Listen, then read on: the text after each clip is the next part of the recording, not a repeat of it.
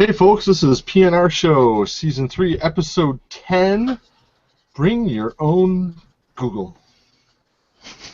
I'd rather have water than life. I'll take a strong stout over stride. I prefer to confer with a pint of ale and live all a long life till my diet wants fail. For life without liquor is to no avail. So bring me water for life. I'd rather have water than life. I'll take a strong From a deep, dark, rarely used corner of the interwebs, it's the Pint of No Return show. You know, every once in a while on a hit TV show, they'll switch things up and bring on a guest director, guest producer, just to kind of switch it up, to kind of make you see the show through different eyes. And that's what we've got tonight, because our friend Gary is the only one who can apparently make Google work. I have magic. I have technology magic. Keith has apparently burnt his last bridge with Google. So Gary's the closest one to Google headquarters. True. Actually, Jeremy is. Jeremy's a little closer to me. But I'm a loser, as we've established. So yeah, unfortunately, Keith could not start up the show as he normally does from his little ensconced cave, as you can see him there. So we had to give Gary a try on the West Coast. So we're running through the West Coast feeds tonight. I have control. And it's a special Wednesday evening recording of the Pint of No Return show. Oh no. Listen, if you are behind the scenes, texts going back and forth furiously about whether to have a show, not have a show, what to drink, what not to drink. But the point is, we're here for you, and we're ready to provide entertainment and beer. So we are more organized than you could possibly not imagine. That's right. No topics, no picks, our own beers. It's going to be great. It's going to be awesome. As a great man once said, it's going to be huge. Huge, Rochester, huge. Did I say great man? I meant, well, never mind. All right, so on a BYOB show, as you all I'm sure know, we each bring our own beers and rate them separately. So, yes, thank you. Without further ado, let us introduce the beers for the evening, starting with Jeremy. Jeremy, what is your beer of choice? Let's get ready to rumble! He's going nuts with the sound tonight. I'm drinking We're already off the rails. Breaking Bud by Knee Deep Brewing Company. It's an IPA, not real big, 6.5%, but it's a big bottle, so should be good. Very good. All right. Keith, what is your beer of choice? I am drinking Leinenkugel's Biergarten Tart. Ah, yes. Leinenkugel is an old friend of the show. All right. Gary, Director Gary, what are you drinking? I am drinking the Lagunitas Lucky 13 limited release for this year. I saw one bottle in the store, probably from a broken six-pack, and picked it up. So it's a Mono Large Red Ale that clocked at 8.8%. All right. And I am also going back to an old friend of the show, the great folks in Louisiana of Abita. And I'm going to be drinking their Andigator, which is a Helles... Yes, that's a Helles Doppelbock, 8.0 alcohol by volume. So I'm taking it out. I'm taking it up a notch. All right. We're drinking now. Yeah. So let's pop these copper tops. I did not bring a mug this evening, so I will be bottling it. What kind of metal did they use for beer caps? What kind of metal? Aluminum? Aluminum? Yeah, I think. It's lead. Is it aluminum? From Lead. Probably lead. It's lead. It's coated with asbestos. It's part of the German purity law. It has to be Laced with a lead. little cyanide in case you want to end it all that evening. That is a Mondo Red Head. You know, if Keith keeps encouraging me, I just might. My head's all soapy. Lovely. So, well, the guys have been literally itching to drink for about 4 or 5 hours now, so let's not keep them in suspense any longer. Let's drink. Prost! Gary, thanks for getting it working. Yes. Gary, you man. Here's No to problemo. Here's to Gary swimming with bow-legged Cheers. women. So you're peddling a.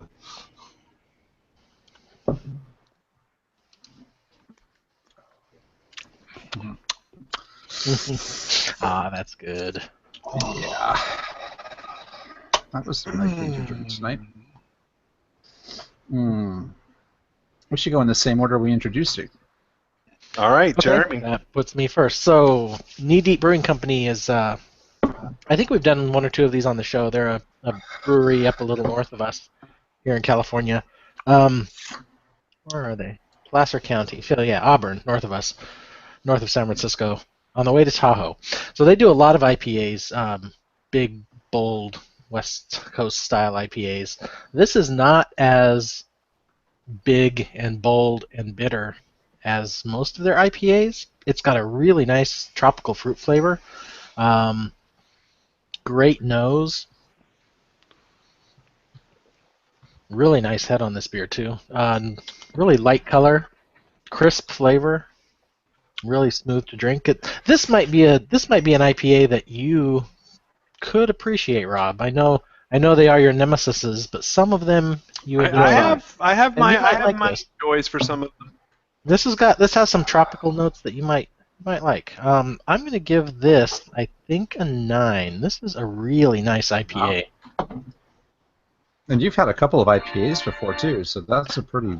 Well, this pretty is good rating. this is my second. Today. Oh, this is nice. Yeah, 9. I'd drink more of that. Very good. All right, Keith. I am recently back into the Leinenkugel bandwagon after watching them go off the rails last summer and the summer before with their shandies, which I do not like. No. But they are an old craft brew house, and they've been a craft brew house for a long time. And this year, they introduced this Biergarten Tart, which doesn't say anything specific about what it is, but it does sure taste like a nice Berliner Weiss. It's with an extra kick. It's actually very tart. Interestingly, super clear. It looks like I forgot my camera.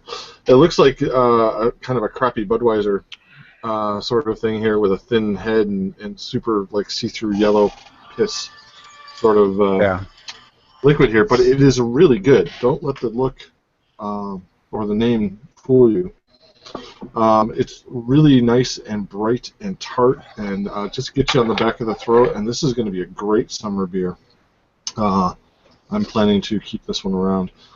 This is a good one. And Leinenkugel's, at least over here on the East Coast, not too expensive. You can pick up a 6-pack for like $8, which is downright cheap for craft beer. So, Nice. Yeah, I recommend it. If you want sours, this is going to be the summer of sours. I'm predicting this. I'm already seeing a bunch out there from new craft breweries. I saw Victory has one I haven't tried yet. There's that Goes we were talking about a couple weeks ago that we haven't got on the show yet from Unida. It's going to be a big sour summer, folks. Look for it. Yeah, I'm seeing a lot of sours too. So it's kind of interesting how that's coming up. I think that's going to be this summer's IPA. Oh, so anyway, as a sour goes, I give this like an 8.5. Leinenkugel really nailed it. It's good. I don't know as I've had much better without You want to getting call that into an 8 or a 9? a flavored, without getting into a flavored sour. You know what? For the sake of the show and the fact that Leinenkugel's held in there with us this long, I'm going to say it's a 9. Nice. I was just going to give it an 8 because I can't spell Leinenkugel. Yeah. Yeah, it's a hard one. But it's got a good name too. Anytime you got an innuendo in your name of your beer, you're doing okay with me. So, Biergarten Tart. What's the ABV on that?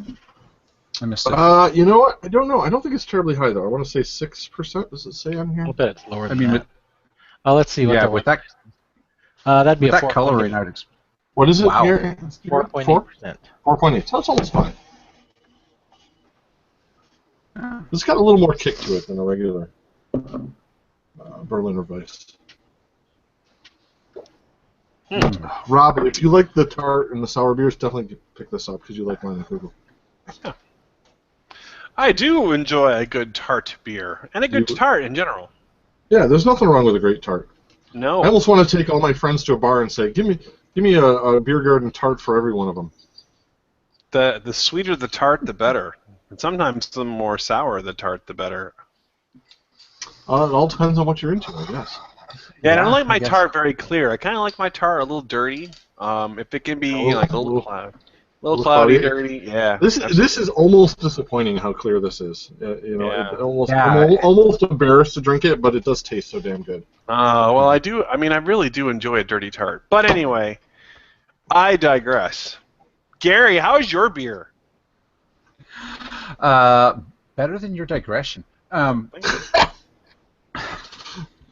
It's awesome. I mean, it's a Lagunitas beer, so it's big and bold and has a pretty upfront flavor profile, but it's not a super hoppy beer, which is not what you typically expect from Lagunitas. I mean, it's definitely hopped up, but it's not like a lot of their other beers. So interesting thing though, they say that this was brewed first brewed in celebration of their first profitable business year in 2006. Which means that after, I think I don't know when they started, in the 90s, I think. But it took them 10 years from first profitability to selling for like $500 million, half of their business, to Heineken. That's a pretty fast for making that kind of money. So anyway, I digress. It's really good. It's really thick and kind of syrupy. And it's got that malty characteristic you expect out of a red ale. It's got the color you expect out of a red ale. I expect that from Lagunitas. They tend to do anything with a rich, dark color is going to be syrupy and malty from them. They aren't ashamed of that any more than they're ashamed of their hops, which is why I love them. It's I mean, if you've had red ale, there's that kind of distinctive like Scotch ale flavor that goes along with it, and this has that, but it's a little more subtle. But it's really good. It's very, very drinkable, and it's on the edge of being boozy. At 8.8%, it's definitely there. So I'm going to give it a solid 8. I was disappointed about, I don't know, it was a few weeks ago. I was in the store and I was going to grab a 6-pack, and the guy that happened to like walk up to the beer section before me grabbed the last 6-pack that was on the shelf.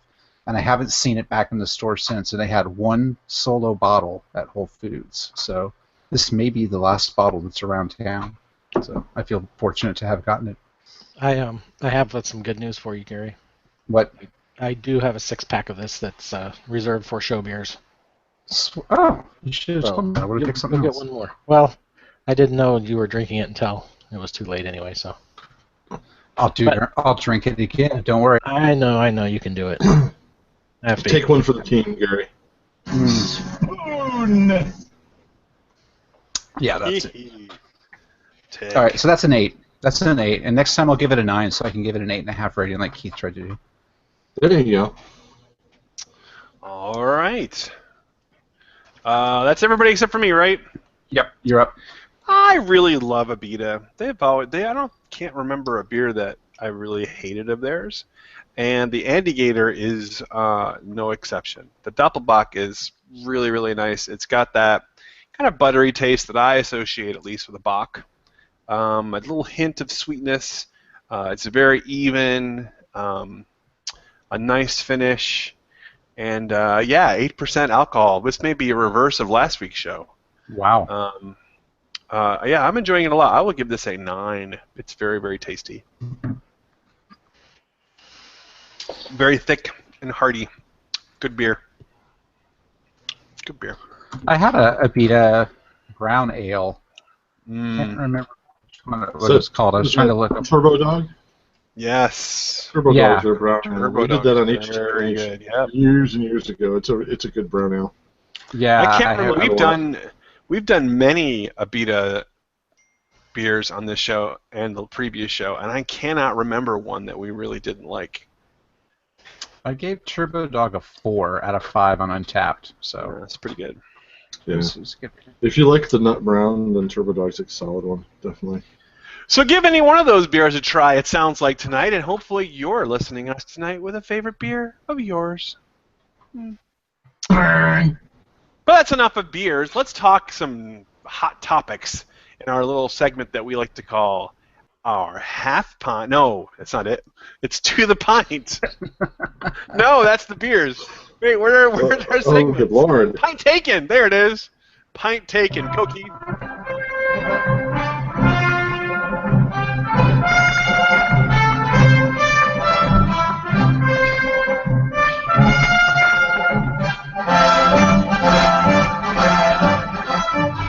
Keith, you may have provided us a good little segue for a mini topic for this evening because they've announced that in 2 years we're going to get another Indiana Jones movie. Is anyone like me just really not excited about that at all? I am, but I have a theory. I have a theory I'd like to share. He's going to be like the Sean Connery of the movie? No, his son's going to stab him. This will never happen. Yeah. This will never happen, but this is what should happen. And this would be awesome. You remember Short Round? Yeah. I mean, how can you forget Short Round? Well, guess what? Short Round, at this point, would be all grown up. Yeah. So I have seen this theory on the internet, by the way. How about handing over the hat? I didn't say it was my theory, and I invented it. But how about handing over the hat from Harrison Ford to Short Round, and Short Round takes it up and continues in the vein of Indiana Jones. Who would you have play Short Round? Who's that guy? That kid from crap. He was on the that show, and then he did the other show. Yeah. Yeah, you know the show. Good times. Yeah, great. Discovery Channel. What's their most famous show? Deadliest Ice Road Catch. Truckers? No, the one before all those. Orange County Choppers. The Steve Irwin guy, right? Crocodile No, Hunters. With the two guys that blow shit up.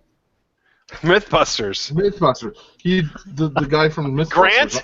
on the B Grant team. from Yeah, Mythbusters. Grant. Okay, I don't know if Grant you've ever from- seen Grant. Grant's done a little bit of acting in his time, and I don't know if you've seen any, but I don't think he would be your choice. Well, no, think about it. Short Round was terrible too. No. When he was playing Indiana Jones, he was terrible. No. If this Plus- guy could embody that and just Plus- grow with it, it'd be Yeah. awesome. Plus, in the year 2016 or 2018, when this movie would come out, I don't think the stereotypical type of speak that Short Round had is going to cut it. What do you think he's going to still be a kid with that type of speak? I don't He's know. grown up too. I think it's He's a gonna word. be a 20-something. So we're basically saying that Shia LaBeouf is not going to be appearing in Indiana Jones 6 or 5, No, whatever it is. it's going to be Zac Efron. Zac Efron. They're going to replace Shia LaBeouf, or are they going to do a young Indiana Jones? No, they're going to do Zac Efron. They Now, want to they've been get the rumoring- girls back into this. They've rumored for years of wanting to have Pratt come in and be a young Indiana Jones, which he has emphatically denied that he's interested. Who?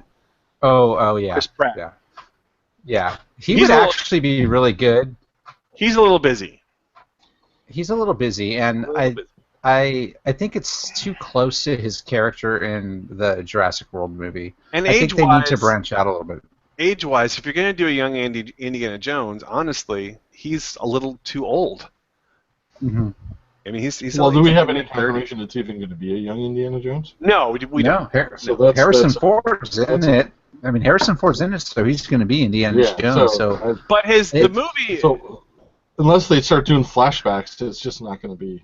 But I'm Yeah. much more excited Maybe about the young movie movies. he's doing before that, which is Blade Runner 2. I'm much more excited about that than Indiana Jones 5. that should be interesting. I mean, how do the androids act age? I mean, I would assume they don't. So Unless he's the- having unless- an unless- old android would be Unless interesting. he's the prototype. He's the prototype replicant that can do everything.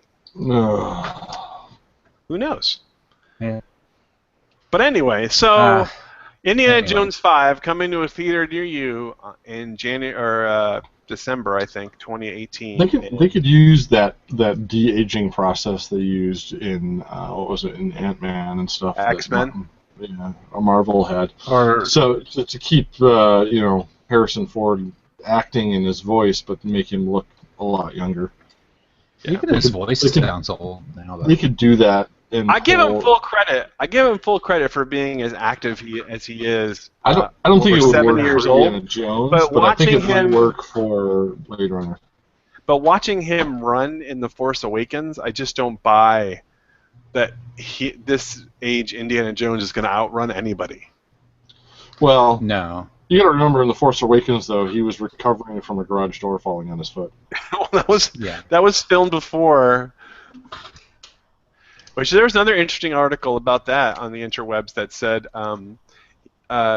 J.J. Abrams believes that the door falling on Harrison Ford actually saved his movie, because as it was originally scripted, he had the characters of Finn and Rey much more antagonistic towards each other and not very friendly at all. And when Harrison Ford was laid up, it forced him to rewrite some scenes of Finn and Rey together so that he could had something to film. And so it changed their relationship, which I thought was kind of interesting. But anyway, interesting. So that's enough of our Harrison Ford corner this evening. Keith was interested in doing basically a shameless plug night, and he's got 2 websites that he would love to talk about. Dude, that was not it. Though you're supposed to look at the websites and pick topics from pick there. topics. If you didn't have any, you dipshit. Well, that was not clear from the message. Thank you, Jeremy. Thank you, Jeremy. I got that. That was I not understood. clear. We've done that before, where we don't have a topic, and I just say, look at this and pick something. My pick's going to be to just go ahead and happytimemagichour.com. All the beer news you'll ever need, right there. And how about his other site? Is it Muson? Muson. Can you tell us about Muson? What's that site about? It's just more of a general purpose stuff I'm into site. It kind of collects articles from tech, although most tech will go over to Technology Viewer, so I'm going to sneak the third one in as a shameless plug. But Muson is more pop culture, food, some beer and drinking stuff, but more general stuff, entertainment types things. That's awesome. Probably a good one for surfing at work, since it has articles like surprising science behind blue balls. Yeah. It's always good for work. Yeah, By the way, I would like to submit as Exhibit A Keith's text at 7:25 p.m. Central Time.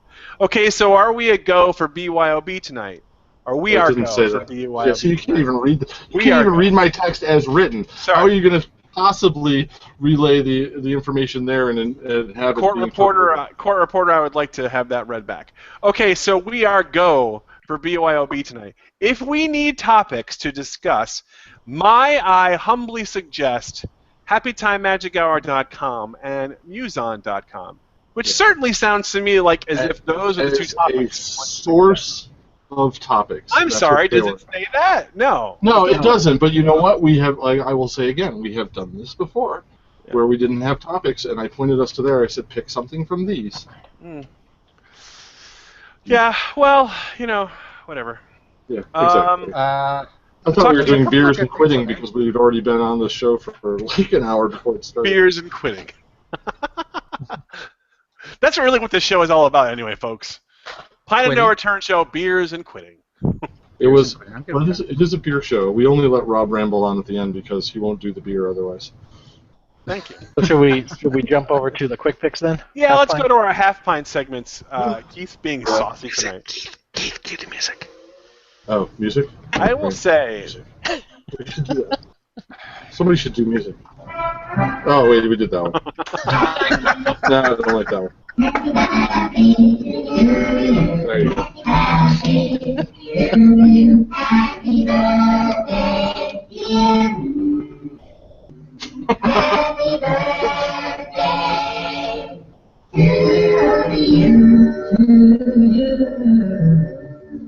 What was that? Like in the 6 or 7 years we've done this show and the previous show, I think that may be your worst sound clip ever. That's a rough one. Really, really bad. Can I just say, too, that since we're recording on a Wednesday night, it's really throwing me off, because one of the things I love about doing the show on Thursday nights is I'm like, oh, man, tomorrow's Friday, it's the weekend, it's great, and now tomorrow's just plain old Thursday. Pretty much Kinda ruined the week. sucks.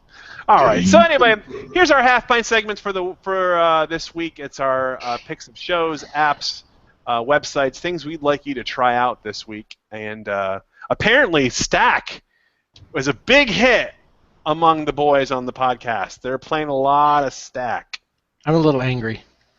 A little angry? Yeah. I cannot touch your score. Woo! I know. I've kind of capped out where I am too. I'm at like what I'm in mid-70s, and I'm like, just screw you, Rob. Well, I may have some more fun stuff for you for tonight. We're all First, angry, Rob, for Stack. First up is Jeremy talking about the iOS app, which I took a look at earlier, Jeremy. I think this is really cool. What do you got?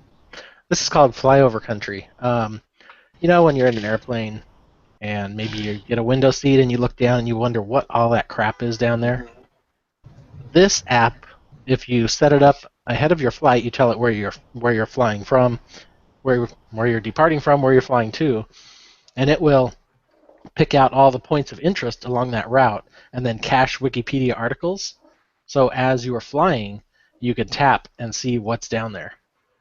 And I believe it's tied to your GPS too, so it pulls up like what you're right over at that particular time. Yeah, it uses GPS and it caches the articles, so it does not require Wi-Fi on the plane. So I'm going to be flying in. That's very cool. I'm looking forward to giving it a try. What a great idea that would be for families that are traveling too. And it's free, even better. Aren't you supposed to be in airplane mode when you're playing? You no longer have to be in airplane mode. Well, I knew you could turn on your Wi-Fi, but I didn't know you could be out of airplane mode. Only before takeoff and landing. Oh, does it use GPS or is it just using your predetermined flight path and time? It's just GPS, so it's receive only. And really, yeah, whatever. I'm sure they would not have put out something that you would never even be able to use on a plane.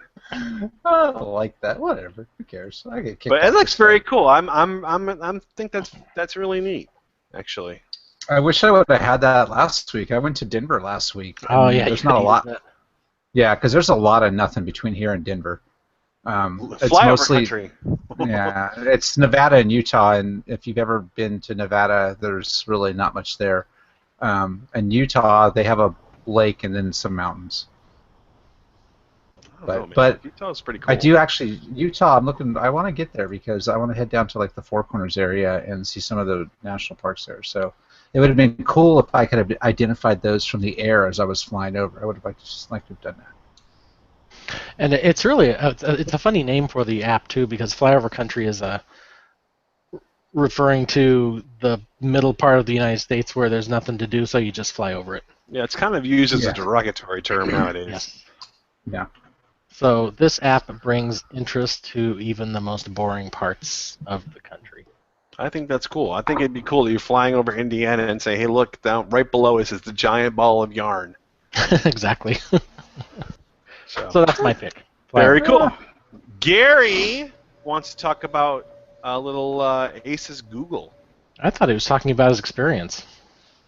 I can do that at the end. If I don't know. So I got to move my mic stand because I got a visual aid. I bought one of these on-hub things from Google. Developed it, and Asus and TP-Link or someone like that produces the hardware. But it's basically a Wi-Fi router. But I live in a house with a lot of women. Teenagers and my wife, and our Wi-Fi Wi-Fi router for women.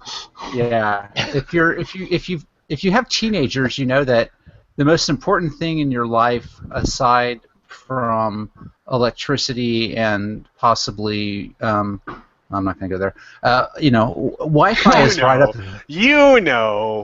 right up there. Wi-Fi. It's like at the top of the survival list. You got to have your Wi-Fi, and the Wi-Fi in our house has been pretty spotty. I got a new DSL modem with a Wi-Fi router when mine smoked out a couple weeks ago, and it's a piece of junk, and the Wi-Fi didn't work very good. And I finally broke down and said, you know what? I'm going to try this thing from Google. I heard about it for a while. It's about $200 on Amazon for this one. I got the Zeus one, and I plugged it in, and it's freaking amazing. I got Wi-Fi all over our house. My daughter in her bedroom, which is the farthest away from where the Wi-Fi router actually sits, had a great strong signal. I can go outside and get it in the yard. It's got an amazing range. From my house on my MacBook, I can detect at least 15 wireless networks that aren't mine. So in the residential area, there's a lot of interference, and this thing just like blows through it all, and it really, really works well. The setup was super easy. It's like I don't know, Google's got some magic going on there. It's got an iPhone app that you use to set it up. There's a code on the bottom, and you like put the code into the iPhone app, and then it will go through and do everything. So instead of trying to configure it via a web browser on your computer or anything like that, you do everything via the OnHub app on your phone, and it shows you your network, how many devices are there, and even allows you to prioritize devices. I can actually set a priority and say that between certain hours I want my MacBook to have a highest priority on the wireless network as opposed to my kids' iPhones, and do things like that. So it has made my life so much better from the complaint and tech support department perspective. So what kind of crowd controls or time-based blocking can it do? I haven't dug that deep into it, but I've only really just set up the network and wanted to make sure that it actually worked, and it did. That was the main thing. And then I haven't got into any of the prioritization or things like that. But it actually lets you set up multiple networks. I can actually set up a guest network if I want to. If I want to segregate my family computers and stuff from like my kids when they have their friends over, I can keep them on a segregated network. So I haven't done that though. It looks very cool. Nice. So, yeah, it's like stupid easy to set up. I think I could have probably given it to anybody else that lives in this house who are not, they're not idiots, but technology stuff. They're like, whatever, Dad will deal with that. They could have done it. They could have easily done it without me. So that is my pick. I think it's money well spent, and you should use the HTMH link on Amazon to buy that. Very cool. And in case you didn't hear that glowing endorsement of Gary's of his family, he said they're not stupid. So that's good news.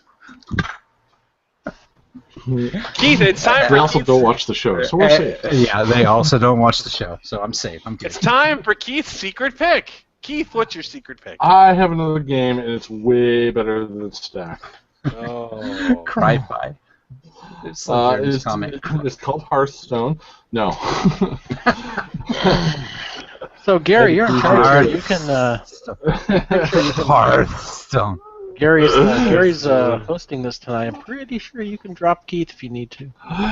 No. This game is a free-to-play game. It's called Fishing Break, and it is probably the dumbest game I've ever played. That is also one of the most addicting. It's just stupid fun, and it's a basic fishing game. You cast your line, you try to catch fish. The bigger the fish or the cooler the fish, the more money it's worth, and you get to upgrade. You get money for it. You can upgrade your pole and your line and your boat, and all this stuff helps you catch bigger and bigger fish. And you just kind of go through the different, as you complete different quests on different lakes and ponds and stuff, you get sent to a new area to do more, and it's just stupid fun. You sit down somewhere or wait in line somewhere, you cast a few, you catch some fish, and then all of a sudden you're at the front of the line. Just a beautiful little time waster. Animation is fun, very bright and colorful. You can pick different characters, you can earn different characters. It's cool. You can drop money into it if you want, but you don't have to. The play type is such that you're not forced to use real money into it. So I recommend it. It's a good one. It's called Fishing Break. Fishing break. Okay. Cool. Well, I have 2 apps tonight, both free for Apple, and I'm assuming for Android as well. The first is called Dictator 2. In Dictator 2, you are the dictator of a small country that is attempting to I thought it was the expand. productivity app. No, he's trying to expand his empire, and you. The main part of the game is going up against other countries using special cards that you basically kind of fight against each other, almost like Hearthstone. But these different cards, but these different cards come from different parts of your society. There are 6 types of groups in your society. There's like the oligarchs and the army and the police and the normal people and the opposition. And the way you earn cards to play with in battle is back in your own home country. You invite that party to have an audience with you, and they'll ask you a ethical or philosophical question. Like, would you like to allow the oligarchs to go as fast as they want on public roads, yes or no? And depending on what you answer, you will please some members of your society and displease other members of your society. And you take that pleasure or displeasure and use that to buy cards in certain groups, which you then take to fight other countries. You can also build structures along the way to increase your income, to increase your effectiveness, to help you with consult with different groups and get better results, different things like that. I've only just started playing with it. It's kind of fun. I can see me getting into it a little bit, and certainly can't hurt you to try since it's free. But that's called Dictator 2. And then the second one is I'm going back to an oldie but a goodie. I love Angry Birds from of old, and Angry Birds is kind of on the way out now, although they have many different versions, Star Wars Angry Birds and Space Angry Birds, and they're all kind of fun, and they it's kind of pick it up and put them down. Well, they just put out Angry Birds Transformers. And Angry Birds Transformers is a little bit different than regular Angry Birds. It's done almost as a side-scrolling action game, still in the kind of the Angry Bird style where you're trying to knock the pigs down, but you're also trying to free other Transformers, and each Transformer that you free has better powers, better weapons that are able to go up against others. So, again, it's a freeware in-app purchases type game. It's a nice little time waster, and the Angry Birds they put out nice quality games, and it was fun. So Angry Birds Transformers, very cool. Cool. The Angry Birds movie's coming out soon. Yeah, supposedly. Yeah, it's on its way. So yeah, okay. Yeah, just in time for everyone to. Right. There are a lot of Angry Birds games. There are a lot of what? Angry Birds haters? Games. No, games. I mean, games. It's like. Yeah. They kind of market capitalized on that. I believe Angry Birds is still the most popular app on iTunes, or if not, like top 10 selling of all time. Anyway, guys, final thoughts, things you'd like to share, soliloquies you'd like to do? Sorry. It sounds like Keith wants to go to bed. Oh. Yeah, I'm pretty tired. It's after 10 here. Sorry, buddy. Yeah. Sorry, buddy. Our little buckaroo's tired. Yeah, that was a short show. That's the way it's supposed to be. Is it? Oh. Right. Remember? All right. Remember Then when we fine, used to try to do a half-hour show? Remember that? A half-an-hour show? What is that? Yeah. Remember when we used to try to do that back in like season 1? Ridiculous. That's ridiculous. You're going for 30-minute shows. That's stupid. So yeah. Listen, our 4 or 5 listeners they want quantity, not quality. Well, they got nothing to worry about. Let's make it. All right, so play us out. I'd rather have longer than life. Take the storms down over the tide. Let us know what beers you should try for the show. Drop us a line, give us a call.